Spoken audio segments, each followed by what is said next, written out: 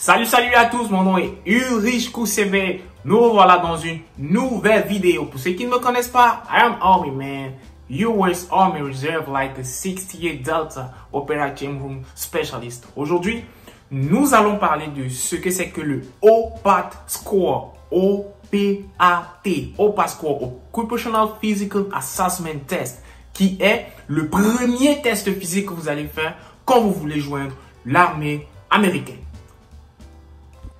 Le OPAT Score est divisé en 4 grandes parties. On a le Heavy qui est 3 étoiles, le Significant qui est 2 étoiles, le Moderate qui est 1 étoile et le Unqualified.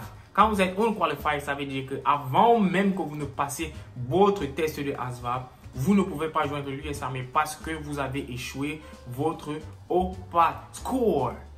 Alors le OPAT Score, lui, il est divisé maintenant en 4 parties, c'est-à-dire le test se divise en 4 grandes parties.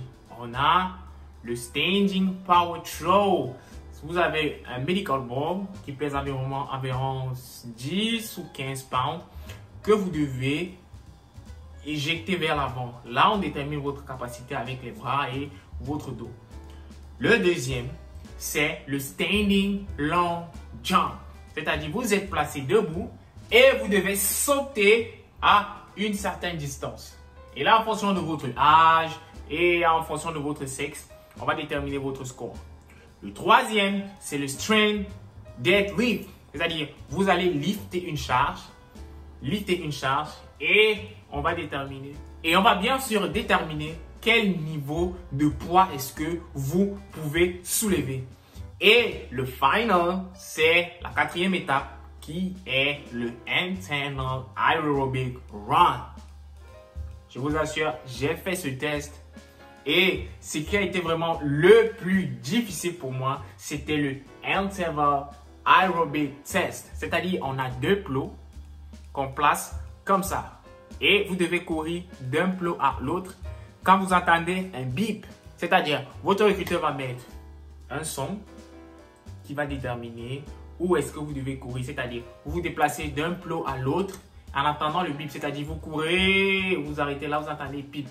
Vous courez, vous attendez pip.